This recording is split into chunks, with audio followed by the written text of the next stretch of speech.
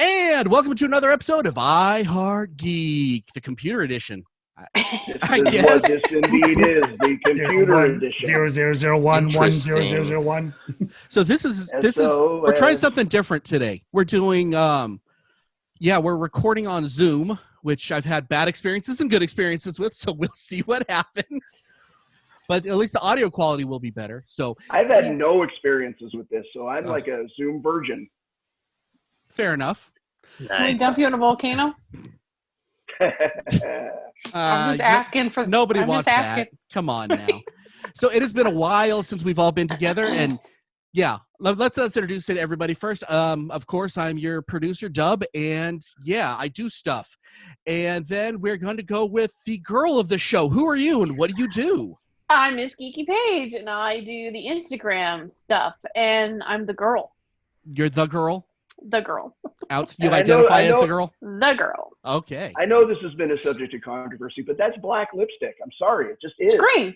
It's green. You're colorblind. Moving on. Black. Is it really green? Yeah. There's no way nobody that's believes green. it. It's green. You guys it's black. Okay. To all you people that are watching on YouTube I'm right wearing now, green lipstick, you guys. if you want to comment on this, black or green. It'd be black. Yeah. Put it below. Put it below. Yeah, this is going to go on YouTube so you can see our ugly faces. It goes viral. Speaking of ugly faces. faces. That's why I'm wearing lipstick. Speaking of ugly faces, how are you doing, Mr. Blige? Who are you and what do you do? I'm the tech guy. Normally, you set up all this Zoom stuff. I got some stuff running on my end, so hopefully between the two of us, it'll be okay. On YouTube. Fair enough. Nice.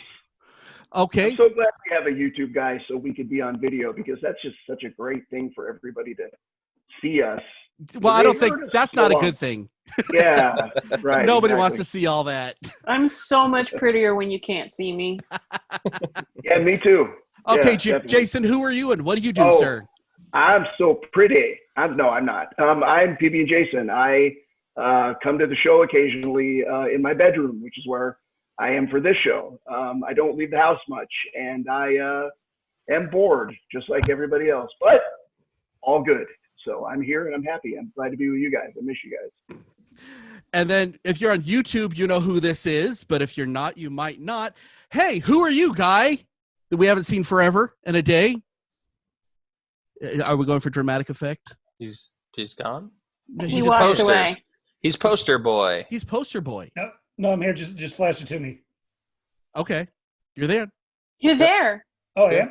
Oh, yeah, you're there. Hey, guys. How's it going? Oh, geez. What are you doing and why? He's got quarantine brain. It was something geeky, people. Hi, guys. Hey, it's Scott. Okay. Shaven Sasquatch. Look, when you have a low budget like we do, you do the special effects the way you do them, okay? That's just how it goes. Okay. If you want to put some fireworks, Blige, behind me while I'm doing that, that'd be great. Fantastic. And Blige is saying, no, I'm not going to do that. I can see it in his eyes right now. We'll see what I can do. All right, so Kaj has been playing too much Animal Crossing. More importantly, who is that guy? Who are you? Yeah. I'm Kaj. I'm your friendly neighborhood Kaj. The Banff Geek, Zen Geek, whatever you want to call me. Wait a minute. Are you telling me that the friendly neighborhood Kaj has returned to I Heart Geek for this show? I have. Oh my gosh, this actually is a reason to celebrate. I know. You do need those fireworks, Blige. And not even extra contracts. Just I got to do this for free. I think you just realized, I don't have to do the drive. Yes, I'll do this show. No. Well, maybe a little. That's definitely the best part for me. You got a long drive too. This brings a whole new meaning to phone it in, right? Yeah. Yeah, a little bit. Yeah. Okay, so let's get into the meat of the program today. We're doing, and I thought this was a incredibly, appropriate considering, the time we're going through, and kind of the redefinition of the hero. What is a hero? What do we call a hero now? We had some kind of intense discussions on the on our group chat about what all this means. So I think there's going to be a lot to this discussion. So we'll see what happens. So my first question was, how has the definition of hero changed not only through the modern era, but in the last year. I think there's been some pretty extreme changes to this. Hero used to mean Superman. Now we're calling, this is not meant to be offensive or dismissive to anybody, but now we're saying the people that work at grocery stores are heroes. What is the definition of a hero, and how has it changed so much? Let's start with Jason. Yeah, thank you. No, it's interesting because, yeah, that's a good point. You didn't think of the the retail store worker or the fast food worker or that sort of thing as a hero before. I mean, sure, the medical people, that was kind of a given. That in our minds we all kind of thought of them like that. But anybody out there now doing work in the public where you are exposing yourself to this on a daily basis. I mean, I used to work at Costco. You used to work at Costco. Mm-hmm. Dub used to work at Costco. Yes. And I know people there who have gotten the virus, since this has started. And so far they're all okay, but that's the thing. You are actually putting your health and potentially your life on the line in what used to just be a job, but now, the whole essential term has really redefined Mm-hmm. what a hero is. And they are all heroes out there. Anybody that's out there right now that has to work and is helping us with, our food and our morale and the things we need, most definitely hero for sure. So you buy into that definition of a hero? Oh, totally. Okay. Totally. Okay, fair enough. I might say something controversial later. What about you, Kaj?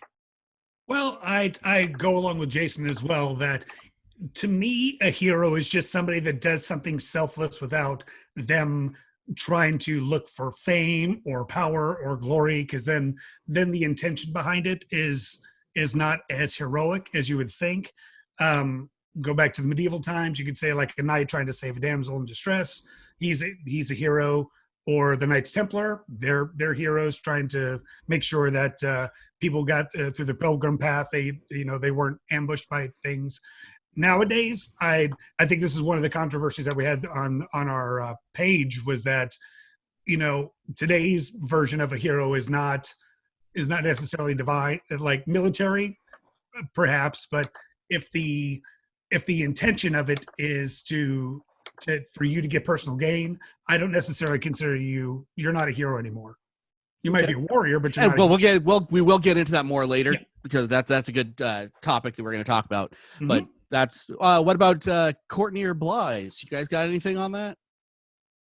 Yeah, I think that I'm definitely in line with Jason and Kaj. We're thinking that just anyone who kind of puts themselves out there and isn't necessarily thinking 100% about themselves is definitely a hero that's doing a selfless act for somebody else, regardless of whether it's to make money or not necessarily. Because I guess you could say the other end of that argument would be that you could say that a grocery store worker is not necessarily a hero because they're not doing it to necessarily help the people going to the grocery store, but they're doing it because it's their job, they're making money. But on the other end of that, that's a choice to go to work in these times and to be in that position. But they're doing it for their family. They're doing it to support their family and make sure that their family can go day to day. And especially if you have someone maybe you had someone who's a grocery store worker, but then someone that wasn't necessarily an essential worker, Mm-hmm. they lost their job, but this other person is maintaining to keep going to work so that they can make sure that other person is taken care of. So I think definitely, no matter how you swing it, even those people who have the little jobs that wouldn't necessarily be a nurse or a police officer or fireman, like those people are still heroes in their own way. Mm-hmm. Mm-hmm. Courtney? Yeah. I think you can do something heroic and not necessarily be a hero. Thank you. Okay. So that doesn't in any way negate the act that you have done that is heroic in and of itself. Mm-hmm. It just doesn't mean necessarily you're a hero, because a hero is someone who is completely selfless and has noble intentions. That doesn't mean that people can't be heroic in their own way. somebody jumping in the river to save some little kid might not be a hero by definition, but the thing that they have done is heroic. And that's, I think we're seeing a lot of people nowadays doing heroic acts. I mean, because one group of people that people seem to forget is utility workers. And the reason I know that is because that's my job. Our service technicians are out there every single day trying to make sure that people's gas is stayed on. There's no gas emergencies. There's no electrical emergencies. There's none of that stuff going on. They do it because it is their job, but they also do it because it's necessary, and because, at least in terms of our company, we care about our customers. We want to make sure that everybody's okay. As far as I'm concerned, you fit that hero mold too. Absolutely. So, yeah, I mean, they do heroic types of things. And our service techs, I know guys who do heroic acts every single day. Would I call them heroes? Not by definition, but what they do at times are definitely heroic. And I think we're seeing a lot of that nowadays. Now, let me say this, because this is the controversial side.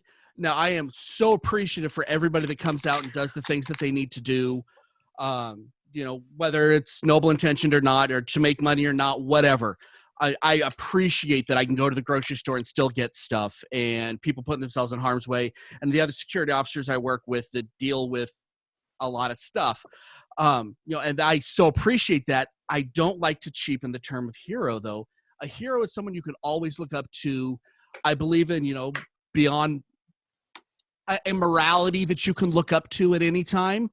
And this is just kind of, this is where my definition of hero is, because it needs to be someone that you want to emulate to be a better person.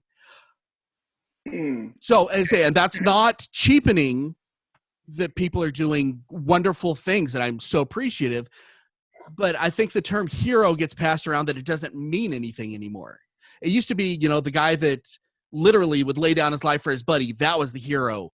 You know, those guys were the heroes, and now, you know, and I think I would disagree with that, just because you say that it used to be the guy that would lay down his life for his buddy, but you're the person that's going to their job every day at the grocery store is still laying down their life for the community. For them just to be there, especially now, we have no idea of that person's pre-existing conditions. And if they were to catch something like COVID-19 or, they're the same thing, COVID-19, coronavirus, if they were to catch that, they could die. We're in a time right now where the people who are going out, doesn't matter who they are, they have the potential to go home and die, because they were still going out and they were doing, regardless of their reasonings to do it, they were going out and still doing those types of things. And I don't think that the term hero is being thrown around loosely. I think that the term hero is just being thrown out a lot more right now, because there's a lot of people coming out of the woodwork, especially people like in Courtney's line of business. Same thing. Those people do heroic acts, and in that moment they are a hero, and they will always be a hero because they came out and did what they needed to do. Even 20 years from now, even 20 years from now, their grandkids can look at them and be like, you were a hero in this moment because you still did what needed to be done when a lot of the country just shut down. Jason, I like you got that something? definition. Yep. Jason? Yeah, I did my little thumbs up thing. You noticed. I'm so proud of you. Very good. That's my job. I'm the moderator. Yeah. No. So the thing, let me just make sure I heard correctly what was said, that heroes are heroes all the time, and you can be heroic by performing an act, but that doesn't necessarily make you a hero. Is that what we were kind of determining? That's what I said. Yes. That's what you said. Okay. I think that heroes, in what probably even in our definition of someone we'd all agree is a hero, like a Wonder Woman or a Superman or what have you, they aren't heroic all the time. That's part of the thing. I don't think anybody is heroic all of the time. And I think that there's something probably invisible that we can't actually, you can't look at someone and go, well, that's a hero, and that's someone who's heroic, and that's a hero. I mean, it's kind of like an abstract. I'm not sure, because there's a comic book series in Marvel called Heroes for Hire. Mm-hmm. It's Luke Cage and it's Iron Fist. Mm-hmm. And they go out and they will do hero work if they're paid. And if they are not paid enough money, they won't do the job. So the question in that regard is now, is anybody going to say that Luke Cage and Iron Fist are not heroes by the definition that we are establishing? Mm-hmm. You know, and outside of mind control, you know, obviously that a hero can't help it if they do something. But look at Batman, okay? A lot of people say Batman is an anti-hero and he's kind of like the archetype for that. In my mind, Batman is actually a hero, okay? Mm-hmm. But talk about a guy who, you know, even though he holds on to what he is in almost every situation, he slips into the realm of not being heroic all the time. So it's kind of a weird abstract. I know we're trying to kind of establish it, and that's cool, but I don't know. This might be kind of tough to establish. Now, I say this is the fun part, because this kind of leads us on to what we're going to talk about next. You know, instead of getting so heavy onto, you know, are the people that are working at grocery stores heroes, I kind of broke this into 4 different subgroups, I guess, of what we would do, what we would have fun discussing as heroes. And these 4 things, and we're going to do these kind of in some order. But the first one was in comic books or literature. The second one was in non-superhero TV and movies. In pop culture in general, and there's a lot to that, and we'll get to it. And then the fourth one is what we'll talk about, which is the real world heroes in real life. And I think I think that it's really important to separate the 4, because a human being is not going to be Superman. You know, there are different sets of criteria. So I think that's why I kind of want to break it down a little bit. So I want to actually hit kind of what it takes to be a hero in these different genres. So let's start with number 1 in comic books or literature. To you personally, and we're going to start with Kaj on this one, what do you take as, if in that genre, in comic books and literature, what does it take for you to call somebody a hero? To look really colorful costumes. Oh, sorry. No, I didn't. Going with Gosh. Underpants on the outside. I don't care. I would say, like, my default response would be to look at what Joseph Campbell has already established as a hero of somebody that comes from like nowhere, and then throughout experiences and throughout his journey becomes the hero through like trial and tribulation, becomes a hero later on in his life after he's had much experience and knows how to deal with certain situations. The Hercules type thing is what you're referring to. Comic book wise, Superman's probably the best, or Captain America, that, you know, they hold to their beliefs, unwavering compass. Yep. That feels what is right. It might not be the most popular of the decisions, but that's what's going to be most for the many. Like the needs of the many outweigh the needs of the few. Let's go with Courtney on this one. I actually like Kaj's answer. Jump on honest. it, dog pilot. No, that's actually pretty. Honest, I have moments of brilliance sometimes. I mean, he does have a good point, because Joseph Campbell, in The Hero with a Thousand Faces and in The Hero's Journey, he lays down what the archetype of what a hero is, and it's been throughout literature and what's used in literature. Like for The Hero's Journey, Lucas used The Hero's Journey for Star Wars. You can plot the entirety of Star Wars, the original the first trilogy. The only trilogy? You can plot it on the wheel that Campbell created based on ancient archetypes. So, and I agree that probably Superman and Captain America probably are purest comic book versions of heroes that you can get. And I say that as a Wonder Woman girl. Well, and now Jason, you said something I agree with Batman being the most pure hero. You want to go to that a little bit? Well, yeah, it seems to me that, I know there might be a couple exceptions, but in comic books, it seems like heroes in general are made from two things, either from legacy, like being raised by the Kents, like Superman was, or being Wonder Woman from a deity legacy and that whole legend legacy, or born out of tragedy, be it Spider-Man, Batman, numerous others. It seems to be that those are the two big creators of heroes in the situation. Now, I unfortunately can't speak to the hero's journey because I've never read it and it's on my reading list. I've certainly heard about it, but and I've certainly heard about it in relation to Star Wars, so I agree for sure. But yeah, with Batman being probably for being generally a normal human, he's not normal obviously by any stretch of the imagination. He's amazingly skilled in all those things, but not being able to leap tall buildings in a single bound and stuff like that, and working in a situation where he's always with the Wonder Womans and the Supermans, and they look to him as someone for leading inspiration and things like that. He is in some ways the most powerful hero because of his flaws. I mean, the flaws often define the hero, and usually I gravitate to my favorite heroes being really flawed in their in some aspect of their character. Fair enough.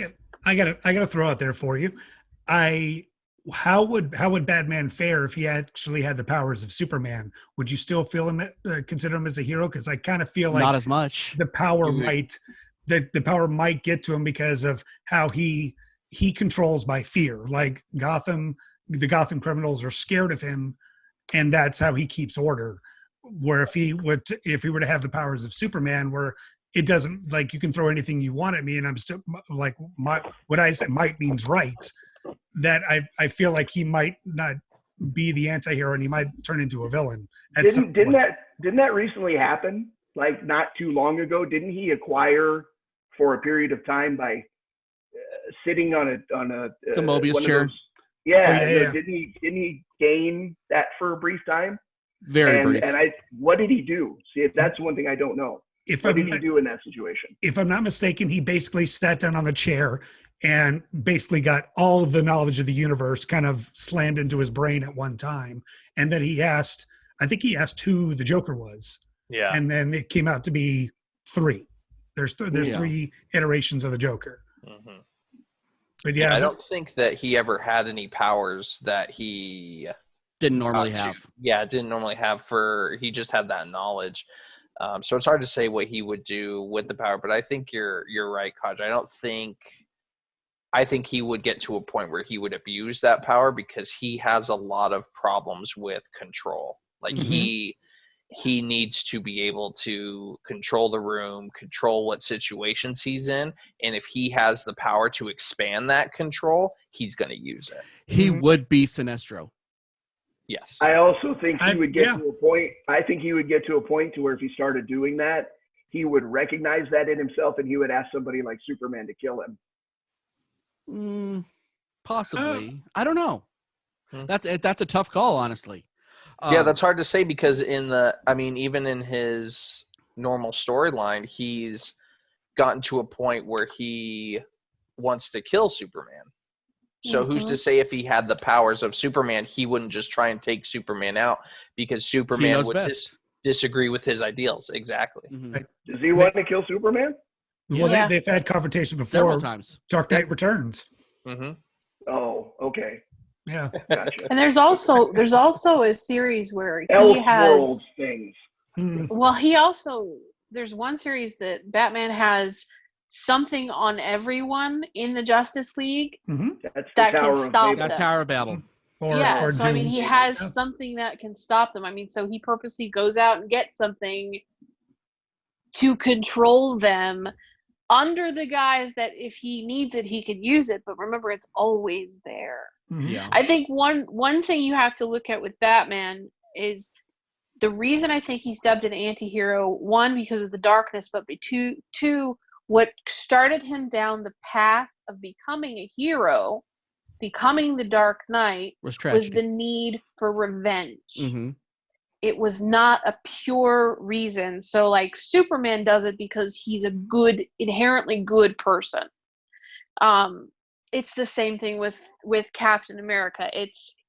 He takes the super serum soldier because he has the goodness inside him. Not saying that Batman doesn't have it, but what starts Batman on his path is his thirst for revenge. Mm-hmm. It's not what keeps him on the path anymore.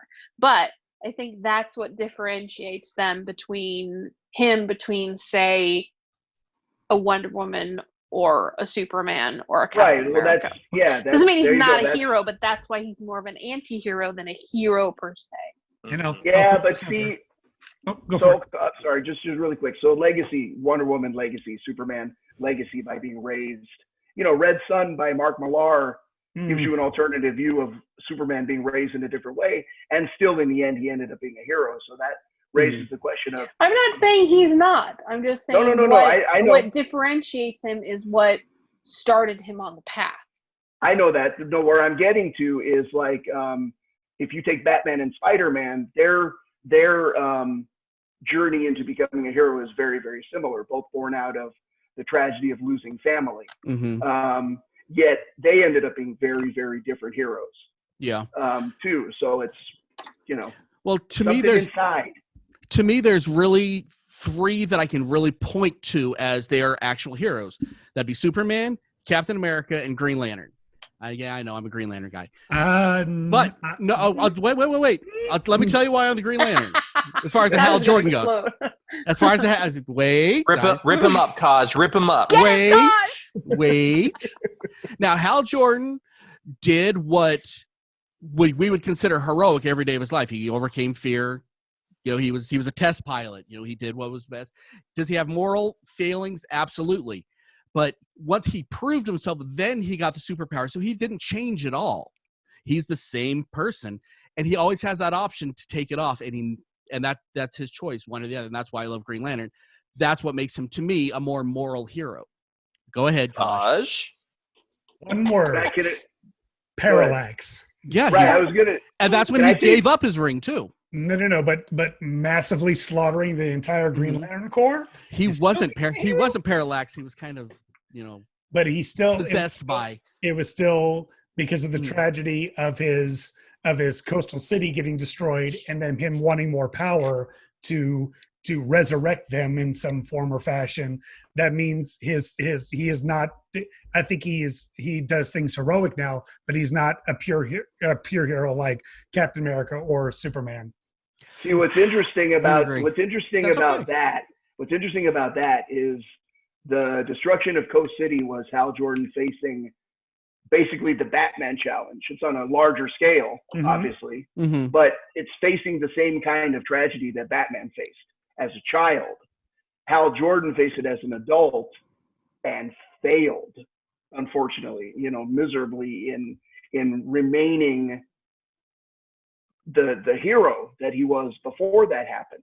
So again, no knock on Hal Jordan. I do think he's a great character, but when faced with the same kind of tragedy that Batman and Spider-Man faced, Hal Jordan couldn't cut it. He redeemed himself though too, and there is a redemption in there as well. Oh, I'm sure. Yeah, of course. Yeah, there's always redemption for sure.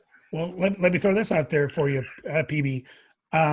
Do you think that Batman is more of a less of a hero for not killing the Joker? Because I think that's a failing somewhere in his mental makeup, because I don't think he wants to keep releasing the Joker like consciously to continue to kill citizens of Gotham and cause all the problems he does. I don't think there's intent like, oh my gosh, if the Joker is done, I'm no longer Batman. I don't see him doing it on a conscious level, but maybe on an unconscious level, I always imagine Batman had a block. Like there's a sort of a block in his character, which is why he can't go over that edge and kill these people. Yeah. He said, I'm afraid of becoming one of them if I cross that line. And that may be true, but I think it's more than that. I think Batman actually has a legitimate mental block. Oh, I'm just okay, look, go ahead and finish this, and then we need to move on. I'm just thinking that, just making him into an accomplice because he keeps letting him go, whether it be subconscious or he's doing it on purpose. It's definitely crappy.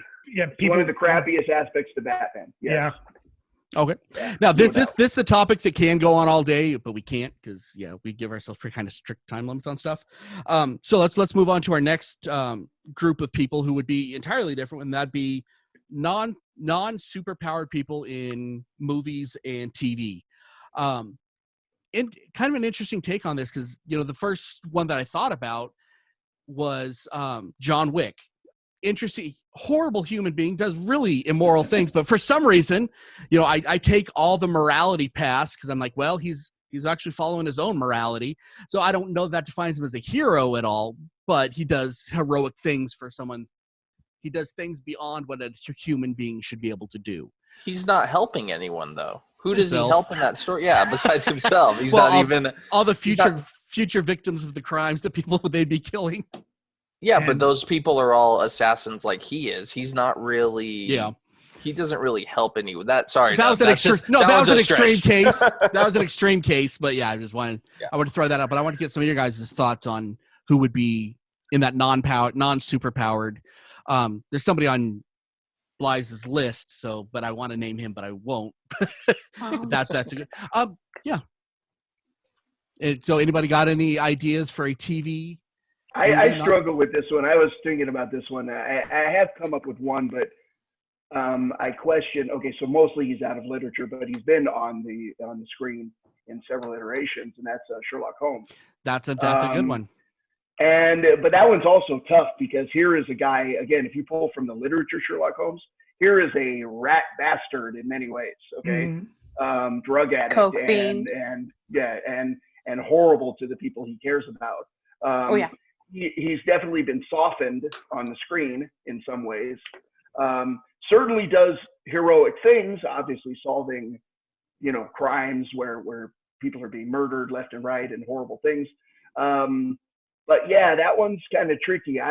He's way more of an anti-hero in my mind than, say, a Batman, for sure. Fair enough. Let me throw out this one because I thought this is just an entirely out of the box, but JD and Turk and even Dr. Cox from Scrubs. These are guys that give their entire life to saving people, and they figure out how to have a normal life and be happy in the midst of all the death and all that other stuff. So that's another way of looking at it too. Courtney, well, all the TV doctors. I mean, the guys from MASH and ER and all those shows in some ways. Yeah. Well, MASH would be even more special because they have the wartime on top of it. Courtney, did you have something? Robin Hood? Robin Hood. Which version? I have a favorite, but Kevin Costner. Robin Hood. The Fox. No. The Fox. But Robin Hood. He has no powers. But he steals. He's a thief. From the rich and gives to the poor. Why are the rich need to be stolen from? They made that money on their own. That's not their fault. They didn't, though. In Robin Hood, it's all based on overtaxing. Learn your history, Robin Hood. We'll chat. Robin Hood is interesting because he's very much like Sherlock Holmes. Not always the nicest guy in literature. Mm-hmm. But again, softened on the screen in many ways too. Well, I mean, he cuts Sir Guy of Gisborne's head off in the original tales, but we never get to see that. And we don't know how much he kept. He's a bad boy. We don't know that he didn't keep 60% of himself. The thing is, he's a nobleman. That's the thing. Bottom line, he's a nobleman. He starts out as a nobleman. He gets his lands taken away. And he goes to be an outlaw, and he realizes that there are people who are worse off than he is, and that's why he decides to help them. So he's Batman. He's such a Loxley. Actually, there is a correlation. There's been a number of correlations and papers written about the fact that you can draw Batman back to Robin Hood. I can see it. As well as like Zorro. Zorro too. They can be that most non-powered superheroes can be drawn back to Robin Hood in one way or shape or form. Yeah. He's like the first, one of the first heroes, they say. Blige, you got something? No. I'm trying to think. I ain't got nothing. It's another one from your list that I think you want to say, but I'm trying to think of like old cartoons where they used to, like, I don't know why Hey Arnold keeps coming up to my thing because he would do things for the community, like the stories that they would tell and the things that he would do would be for the community, and even like if you want to kind of get a little bit silly about it, the kids from like Recess. Like they always were doing stuff. Well, especially for the kids of the playground. Yeah, they were a non-superpowered Justice League. They weren't really about being selfish, and that's really when I look at who I want to be a hero. It's people that aren't being selfish and are just doing good. Yeah. How about the Scooby Doo gang? How about them? The Mystery Machine guys. Yeah. Wouldn't this be in pop culture? Well, I thought we were talking about. I have something else we're going to talk about with this is TV and movies. Okay. I was just going with welcome to the show, Kosh. What about Tron? He doesn't have any powers, really. He's a program. I don't know. I kind of look at that the same way I look at the Matrix. Yeah, I mean, but we didn't specify. There isn't a rules to this. This is what do you think defines a hero in this genre? Kosh, did you have something? Well, I had 3 that comes to mind, but I don't know if one of them is on anybody's list. Katniss Everdeen. Nope. That's a good one. Ben Gamgee. Nope. Oh, that's actually a really good one. That's a good. Those are both good. And brought to you by Katie. And then since Blythe was talking about like cartoons, Teenage Mutant Ninja Turtles. They have powers, though, sort of. Well, I mean, but they hide in the shadows and they do they heroic do good deeds for what they're supposed to do. Yeah. They don't do it for money or power or fame or whatnot. They just do it because they do it for pizza. They do it for pizza. Pizza is a currency in some countries.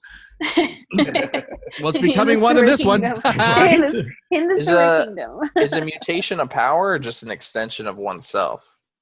See, because if they didn't have, if they hadn't landed in the ooze, then they wouldn't have turned into the turtles. Yeah, but that's just who they are. That's like me. That's like me saying the mountain being able to power lift 600 pounds is a superpower. I mean, it's not really a superpower. He just can lift that much. Yeah.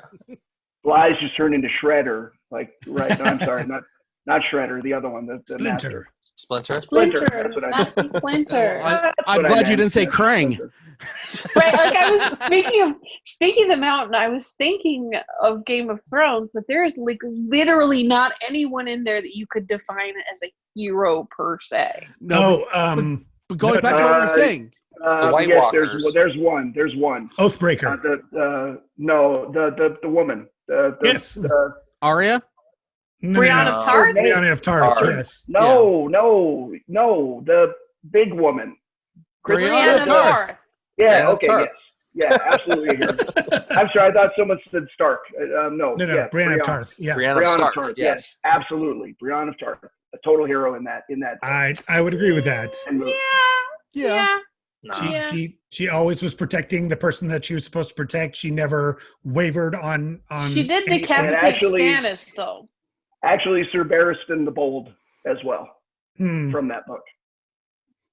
But with them being, like, I guess, per se evil, that she was doing it for what she felt was right? She killed Stannis because he killed Renly. Okay, so revenge. Yeah, so there's that. But I mean, I love Brienne. She's the closest thing to a hero that we get on that show. That'll give it. Yep. Okay, let's move on to the next one, and that would be in pop culture. Now, Funko Pops.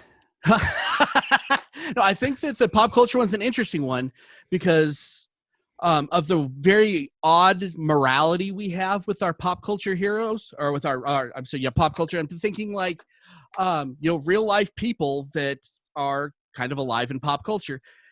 Because like let's say Bill Gates, let's say he does something fantastic for people and he gives all this money away, and then the next he has a moral failing of, he's making a profit on this or that, and we're not going to get into all that.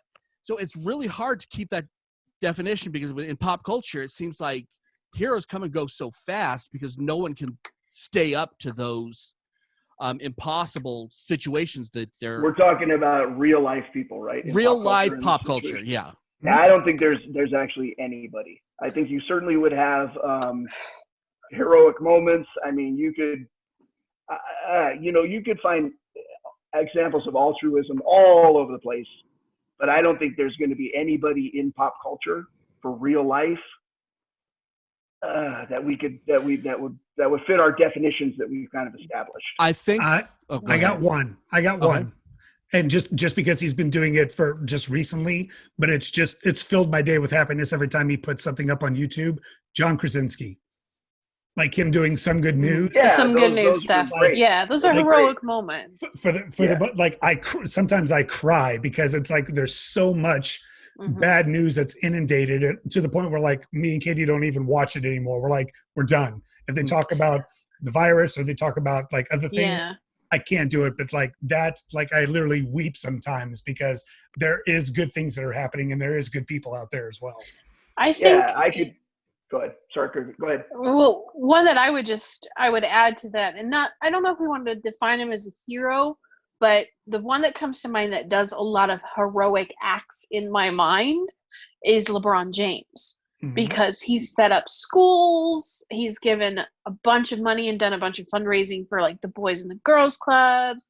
He does stuff for after school programs. So, I mean, he's taken his celebrity status as amazing basketball player and kind of parlayed that into helping other people.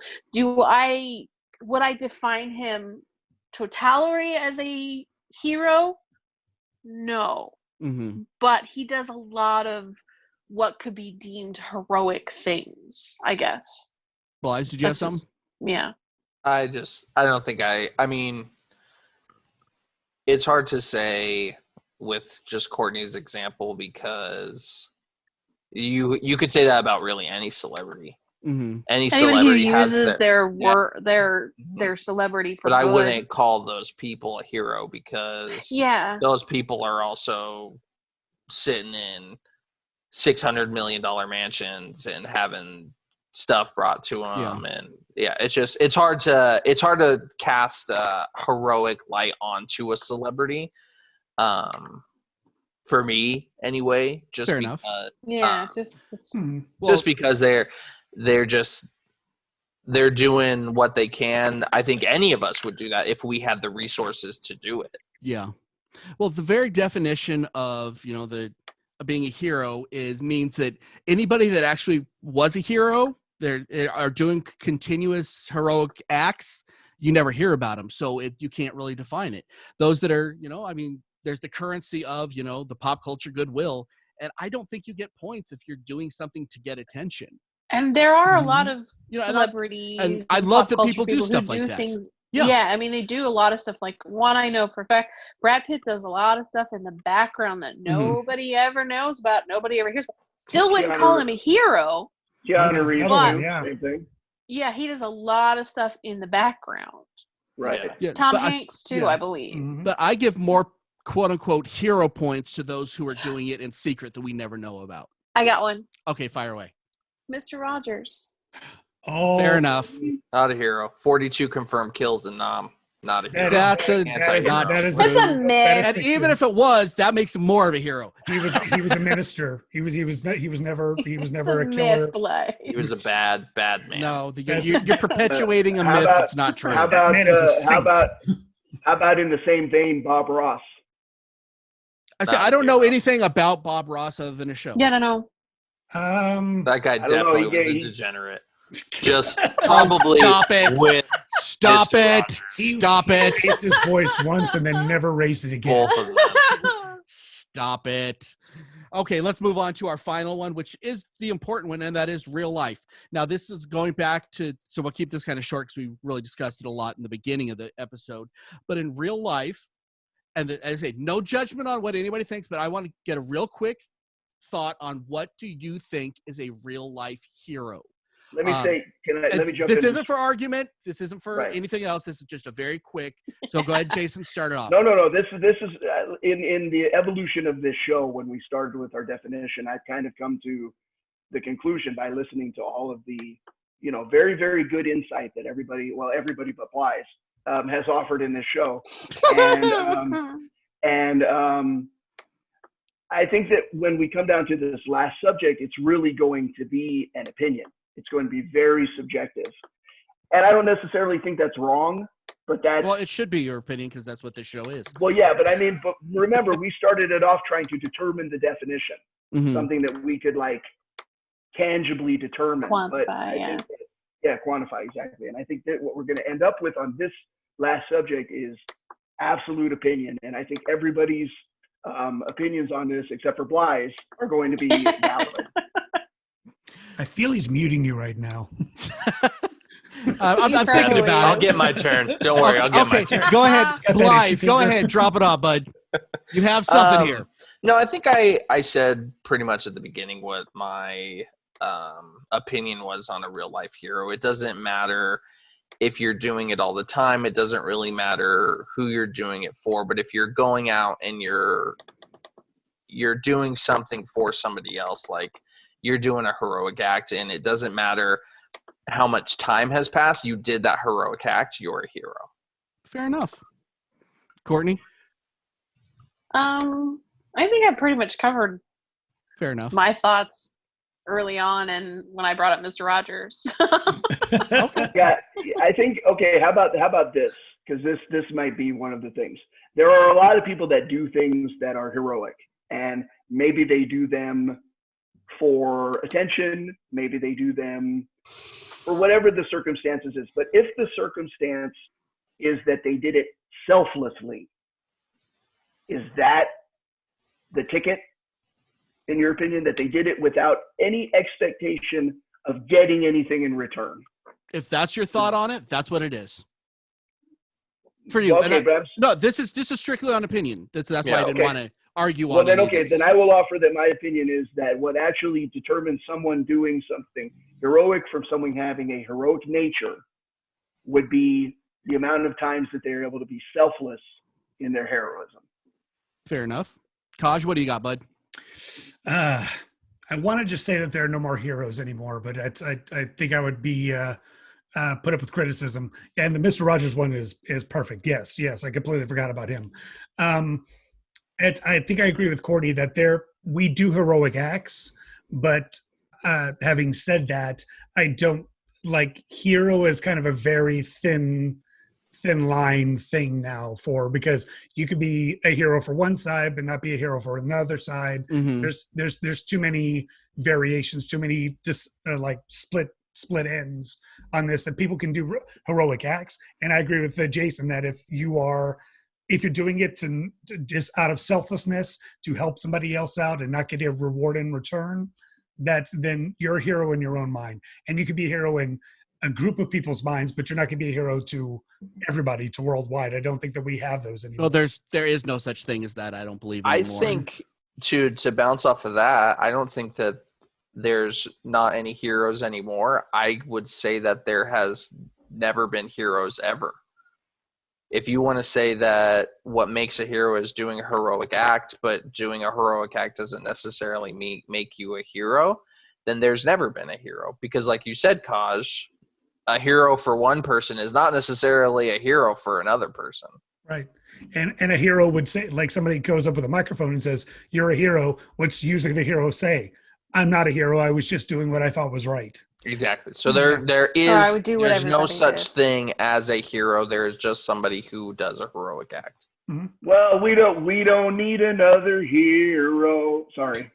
Okay. Now let me get my. Need another version of that song. No. I will be your hero, baby. And this is going to put my head through the desk. Oh my. Okay, let me do my real quick close on it. Okay, my real quick close on it. My definition of a real hero is, I heard this quote years ago when someone said, "Would you die for what you believe in?" And that the easy answer is yes. Well, that should make you a hero. But no, what makes you the hero is, would you die for what you believe in every day? And that is, and we'll get to a little bit of that on our main event, and where I can expound upon that a little bit. But it is, if you're willing to do it every day, it's the one-time acts are easy, you lay down your life once. And I'm not saying that's an easy choice, but when you're willing to do it every single day, that's what makes you a hero. Okay, so let's move on to our listener feedback.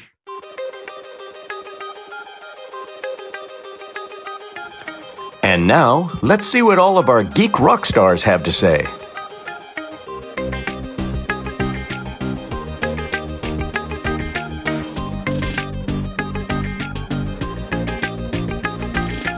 And Courtney, you have our listener feedback today. I do. We asked, who do you consider in fiction a hero? So first off, we have Danielle Ariana, and she says Elizabeth Bennet from Pride and Prejudice.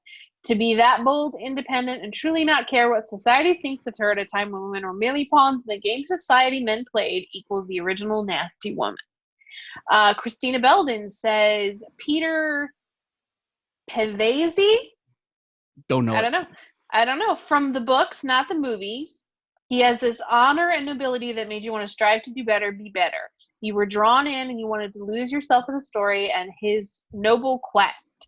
Growing up, I measured him against men that I dated until I finally found the country boy version.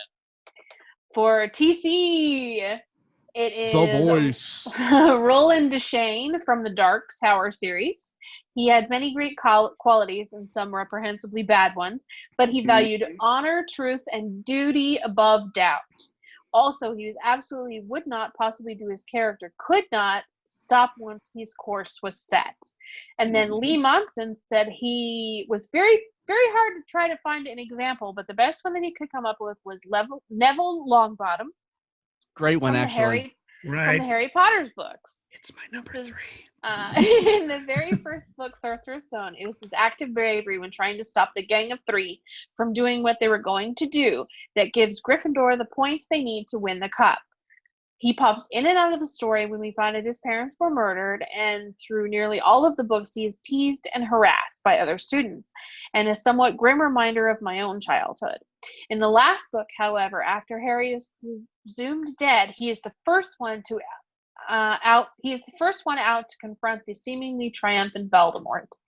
In Lee's mind, the single most heroic act of any character in the entire series.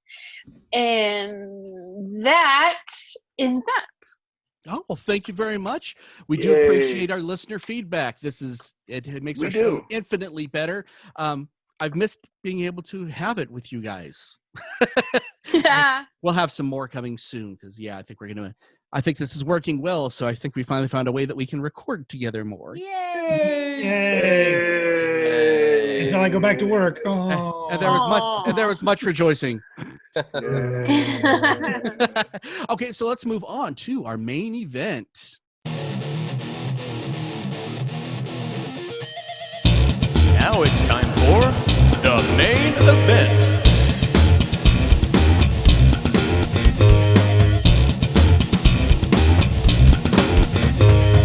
Okay, for today's version of the main event, we're doing something different because we realized our show's going really long. So instead of doing our top 5, we cut it down to our top 3. So you're going to hear us probably doing, did I say 3? Yeah, I said 3. Mm-hmm. Yeah. So our top 3, and we'll, you'll hear us hemming and hawing because we're like, oh, well, no, I didn't want to lose this one. So we'll see how this goes. So I'm going to start with my number 3, and this is my ultra fictional character, which is no surprise to anyone, even after the debate I got today, and that is Hal Jordan of the Green Lantern Corps. You can say what you want, but to me, that is the definition of hero, is to be able to at any time take off the responsibility and choosing every day to keep going with it. Moral failings aside. To add to it, he's basically a space cop. So any person space that's cop.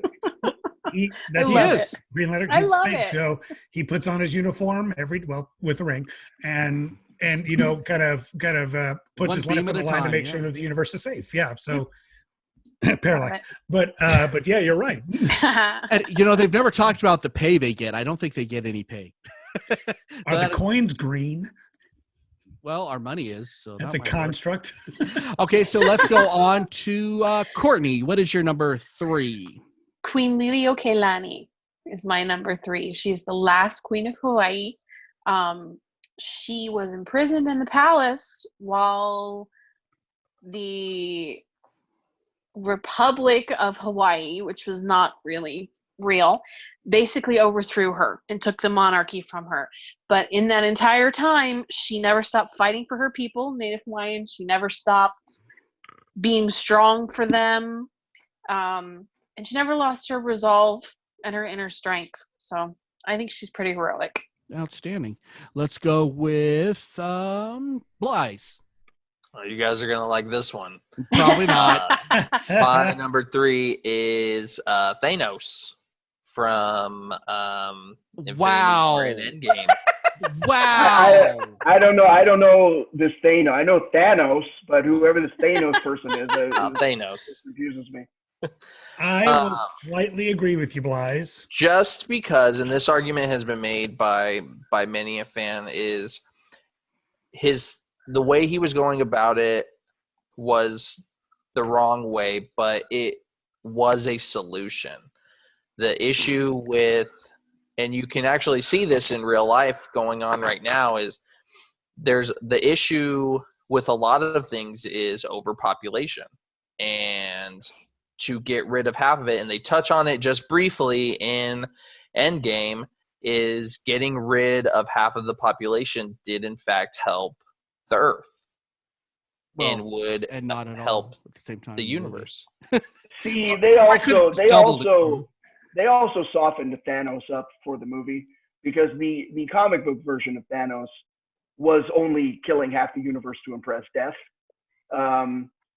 And so there was no heroic motivations in the comic book Thanos at all.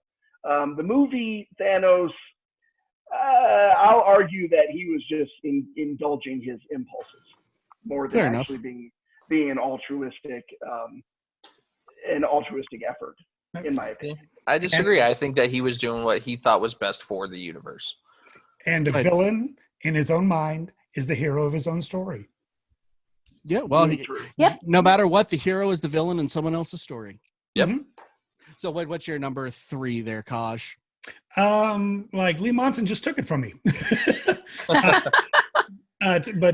My number 3 is Neville Longbottom.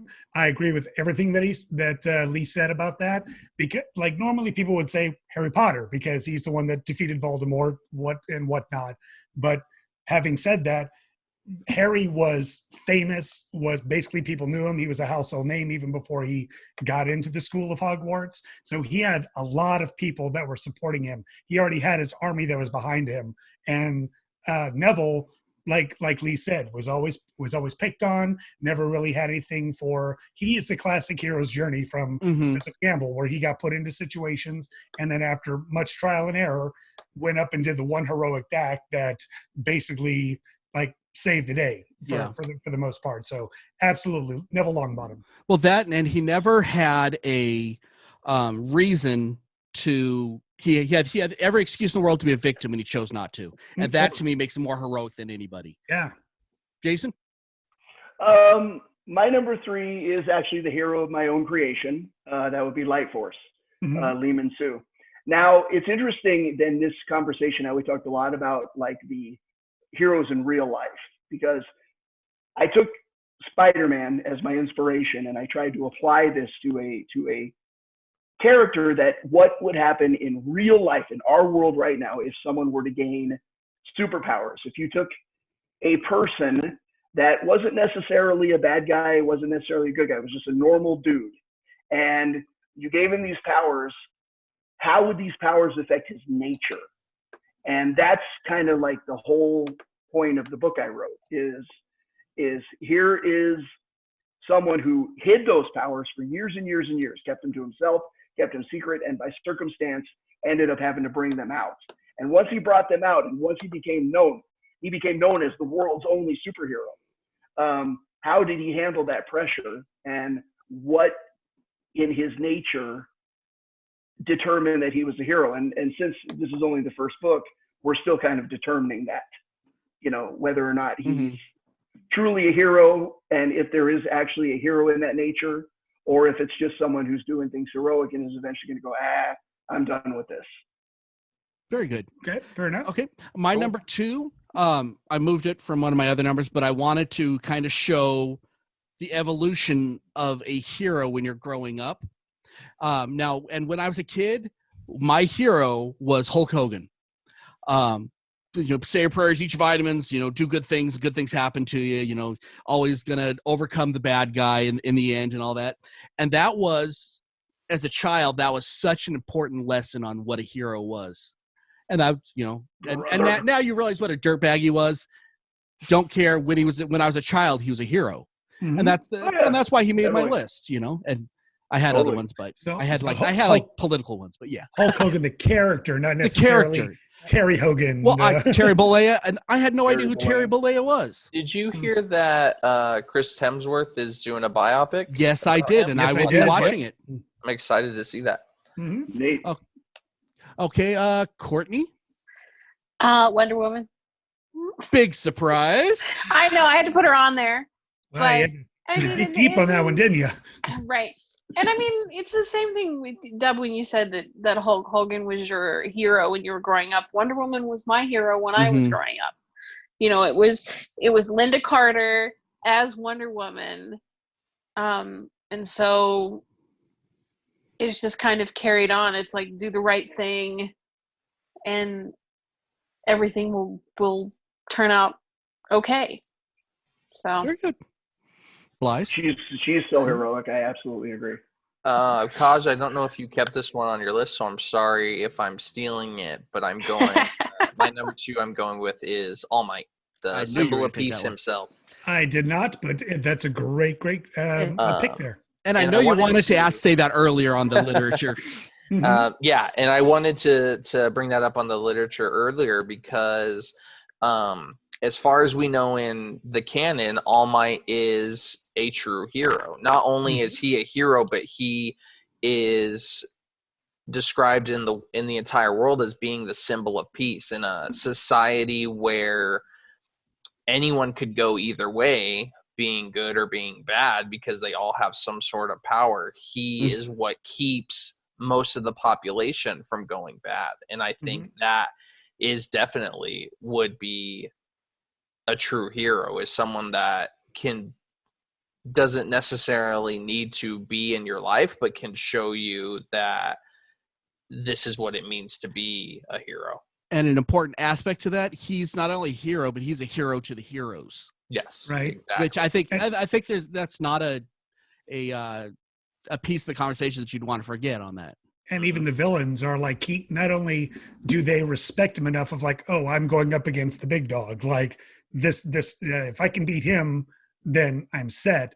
However, even with All Might, he is sympathetic to them and is like, why are you doing this? Or what's going, like, can I help you? And they're like, no. He's like, well, then I have to take you down because it's, you're going to hurt other people. So yeah, like he is the quintessential. I'd even put him up there with Captain America and Superman as well. Oh yeah, for sure, 100%. I was trying to get that one in there too, but yeah. There are some villains in the series that are only villains because they want the heroes to be All Might. Mm-hmm. Stain is only doing what he does because he doesn't feel that the other heroes are what a true hero as All Might is. Cool. Kaj? My number 2 is one Sir Obi-Wan Kenobi. Oh, good call. Mm-hmm. Especially with I don't know if you guys have been watching the new Clone Wars on Disney Plus. So good. I'm behind. They're now starting to interweave into Episode 3, Attack of the Revenge of the Sith, where now like Grievous has kidnapped the Emperor and that whole thing at the beginning of the movie, and even Obi-Wan has been put up with a situation where he knows he has to do something else, but he still has to go to the Jedi Council and is trying to remain the hero and be like, I can't do this for personal reasons. I have to do what is right for everybody else. So I would definitely put him as my number 2 hero. Yeah. Very cool. PB? The narcissist geek turned hero, Peter Parker, Spider-Man. In many ways, kind of defines the hero completely because he is not blessed with indestructible superpowers. He's blessed with that great power, that he needs to exercise the great responsibility, because he is powerful enough to where he could be a real big problem if he wasn't heroic by nature. And everything he did in being a hero was absolutely a choice. The same choice that Batman made, the same choice that almost all the heroes made, but he has really shown that the whole like heroic nature aspect of being a hero really does illustrate itself in different ways. So him, Spider-Man, Peter Parker. Outstanding. Okay, so for our number ones, I'm guessing this is going to be pretty personal to all of us. So yeah, I'll start with mine. My number one is, it's kind of a generalization. There's a lot of people that can hold on to this, but anyone who puts self aside to provide for their family and people that they care about every single day of their life. Going back to what I was talking about, are you willing to die every day? That's the definition, and that's what makes you a hero. My dad's one of those heroes. I have a lot of people that I could say that about, and that is truly real life heroes, and that's, to me, the only way to be a hero, and you're never going to be recognized for it. Courtney. Nice, very nice. My grandpas, because they both fought in World War II. One fought in the European theater in the Air Force, Army Air Force, and then the other fought in the Pacific theater. He was a Marine. Wow. And yep. Wouldn't and mess the with one, yeah, the one that was in the European theater, he was a gunner. He was a tail gunner. Oh, wow. Yeah. Wow. And he did not he would not talk about the war because he was actually a very gentle man, and he had to take lives in the war. And I don't know, I mean, if our listeners, I'm sure you guys know, but I don't know if our listeners know, when in World War II, the planes didn't fly as high as they do now, especially the warplanes. You could actually see the other person in the plane. You could usually see members of crew. Let's watch Memphis Belle, and it will tell you kind of. So he could see the people that he was firing upon, and it was a little much. So, but they're both my heroes because of that. Great pick. So they were awesome guys. My real life ones would have to be my parents. They my entire life took care of me. I know that there's different people throughout my life that I've seen them take care of, friends and different family members and things like that. And even now, right now, me and Tara are expecting our baby, and it's a weird time to be expecting a kid right now. And they've definitely been there for us 100% of the way with whatever we needed. And I know going forward, however long this thing lasts, they will be there for us 100% of the way. And they definitely are my heroes. Awesome. And to add to that, you're on your way to the hero's journey as well. Yeah, no doubt. Because I can 100% know that you're going to do whatever you need to do to make sure that that baby is safe and healthy. Thank you, Kaj. Yeah. That's what a real dad does. Yep. Mr. Kaj? Everybody got so personal. Like, of course, I feel that my parents and grandparents, everybody else is a female. I went with the doctor. Which one? All of them. All of them? Just the doctor. I love that. The doctor, I love right? that answer, though. Yeah, that is a good one. Though, yeah, I mean, does everything that they can to possibly make sure that galaxies don't get destroyed? Yes, the doctor has had to kind of flex his/her muscle to a certain extent. Which I didn't even get to talk to you about. The newest season of it was good. I'm really enjoy that. Anyway, but yeah, and he's always just always good nature, always trying to figure out something. Like even when people are see a monster, I'm like, oh my gosh, it's a monster, and she's like, wait a minute, what's your backstory? What's going on here? Aren't you lovely? Oh, cheeky. Very good. Good call on that one, actually. Answer. I like that one. You brought the room back up, and now to bring it back down. PB. Oh yeah, time to bring it down. No, this won't bring it down. This is going to mirror Courtney's answer in some ways. My grandfather, John Beeson, who was a Navy man in World War II, who served in the Japanese theater, who also took life, and who was reticent about what he would and wouldn't talk about regarding that part of his life. Yeah, but why he talk about it. Right. why he's a hero to me was for several reasons. One, he was fearless when it came to travel. He was always like, I want to know what's over there. I want to find out what's over there and meet the people over there and learn about the people over there, which is a wonderful thing. But the one thing really quickly that I will always remember was an exchange between me and him. He liked to go camping. I went camping with them as a kid, and we saw a deer, and I did an air gun in my hand, and I'm like, bang, bang, bang, air gun shooting the deer. And the Navy man from World War II who took life with weapons came up to me and said, don't do that. That's not what you do. If you're going to shoot something, shoot it with this. And he handed me a camera. Handed me a camera and said, you have to understand that life is something to be valued, not something to be cheapened by doing something that you don't understand. And I was like 6. Okay. So I will never forget that. And part of the reason the value that I feel for life and the way I look at life and how I value it comes from that moment when he handed me a camera and said, shoot it with that. Fair enough. That's That's awesome. a good one. Okay. I like him already. So that is a show, guys. Pay attention to the end of the credits because that tells you where to find all our social media and stuff and fun stuff. I hope you, if you're watching us on YouTube, I hope you enjoy our ugly mugs and our one pretty face, and I'll let you figure out who that one is, but it ain't me. Not me. Yeah. Humble brag. There It's you Kaj. It's Kaj. go. Someone's hamming it up. Okay, and we hope you're getting through all this okay. You know, bad stuff happening, good stuff happening. Let's just all stick together. You know, we are in this together, and we're going to keep giving you these shows as long as we possibly can. We love you all, and until next time, I'm Dub. I'm Miss Geeky Page. I'm Blythe. And Koch? And I am PB&Jason.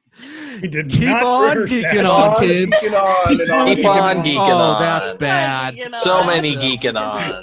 Now, hold on, stop. 1, 2, 3. Keep On on. geeking on. Yeah, I like the That first was one still better. bad, but it was Yeah, better. let's leave it.